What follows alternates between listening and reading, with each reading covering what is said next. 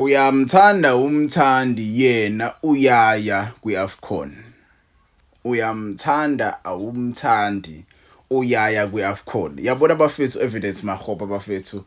I always come back and remind you guys, this is not your typical striker. This is not your typical striker. He is far better than any striker esikhona ku-Betway Premiership. Ongasilanda usilethe la. Ungitshela ukuthi yini uMakgopa ebhedayo angayenzi, yini lo mdlali ahlula ngayo Makgopa.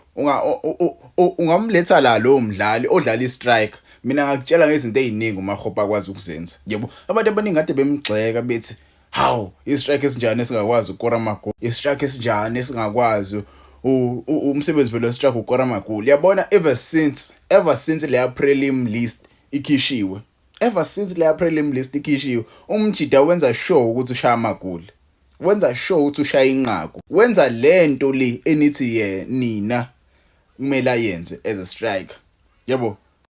Bafethu, relaxana. Makgopa uya ku-AFCON. For me, I feel like as a country, we have a crisis with striking department. But when you look at the strikers we have currently, when you look at Evidence Makgopa, he is that guy who will start for iBafana Bafana. But when you look at the other guys, you see Umchita Lo, Ikram Reyners. For me, Ikram Reyners, he's a guy we can trust. He's a guy we can trust. But when you look at your Lyle Foster, it's highly unlikely for Lyle Foster to be the main man for iBafana Bafana. If you compare indlela adlala ngakhona Makgopa for iBafana, if you compare indlela Ikram Reyners adlala ngakhona with iBafana Bafana, masobuka the likes of Lyle Foster. I'm not taking anything away from Lyle Foster. He's a great player. But for iBafana Bafana, kuba khona leyo nto leyo. And I saw ukuthi umjida unama games amaningi abalekile amele awadlale with iBurnley.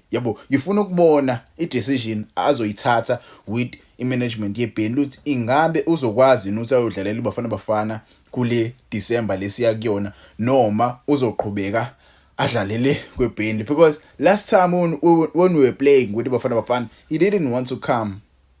Vincent Kompany, I remember Vincent Kompany was the coach with iBurnley at that time. He didn't want to release. Kahle ngoba umthetho akuvumelekile. So I wouldn't blame kakhulu iBurnley. Angeke ngiblame team. Akuvumelekile ukuthi unqabe nomdlali mekuyi FIFA competition. I-team ayinqabi nabadlali. Uma i-country idinga umdlali kumele imlethe. So ngokomthetho uyena owanqaba if unikhumbula kahle. So this time around, noma ngahlala le bakhono Evidence, bakhono Ikram Reyners, they can do the job. They can do the job.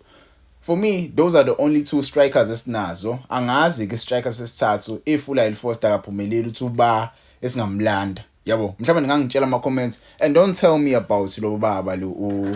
He's very good, I know. But Bradley Grobler, guys, come on. Come on. This is AFCON. This is not Nedbank Cup. This is not MTN 8. This is AFCON, guys. We have to be serious at some point.